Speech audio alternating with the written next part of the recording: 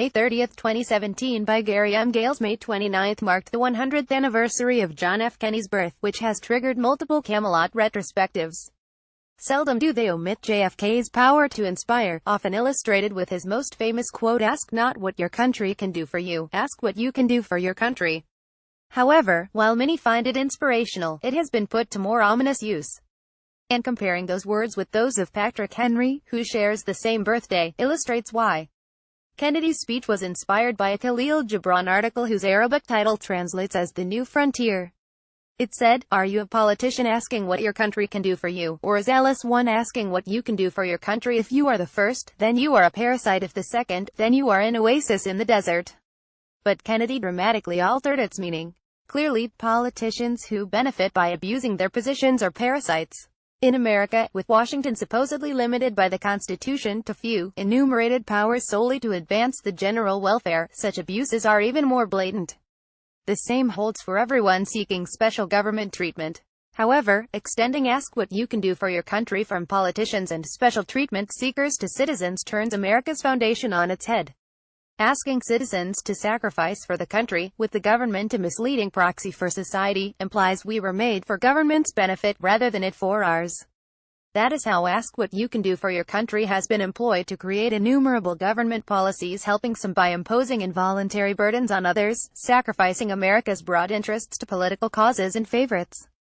Kennedy was also addressing what together we can do for the freedom of man. But financing the unjustifiable policies that dominate politics sacrifices others' life, liberty in pursuit of happiness rather than advancing freedom.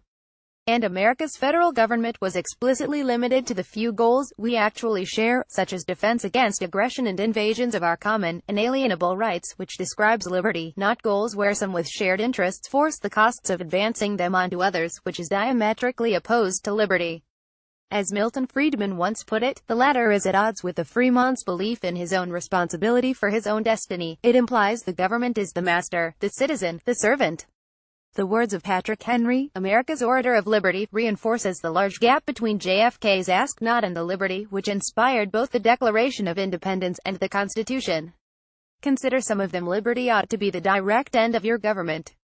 We wish to be free. We mean to preserve inviolate those inestimable privileges for which we have been so long contending. Is life so dear, or peace so sweet, as to be purchased at the price of chains and slavery? Forbid it. Almighty God, I know not what course others may take, but as for me, give me liberty or give me death. Liberty is the greatest of all earthly blessings. In the language of Freeman, stipulate that there are rights which no man under heaven can take from you. Guard with jealous attention the public liberty. Suspect everyone who approaches that jewel. When the American spirit was in its youth, liberty, sir, was then the primary object, the foundation of everything. The Constitution is not an instrument for the government to restrain the people, it is an instrument for the people to restrain the government, lest it come to dominate our lives and interests. No free government, or the blessings of liberty, can be preserved to any people but by frequent recurrence to fundamental principles. If our descendants be worthy of the name of Americans, they will preserve and hand down to their latest posterity the transactions of the present times, to preserve their liberty. Many have found JFK's "ask not" inspirational, but it has been utilized for many purposes that are directly opposed to American liberty. That is why we need to also remember the unmatched potential and inspiration liberty offers us, which Patrick Henry's words make clear.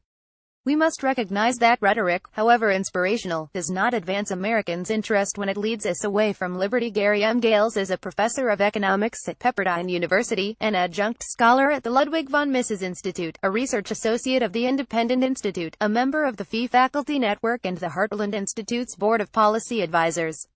His books include Apostle of Peace 2013, Faulty Premises, Faulty Policies 2014 and Lines of Liberty 2016.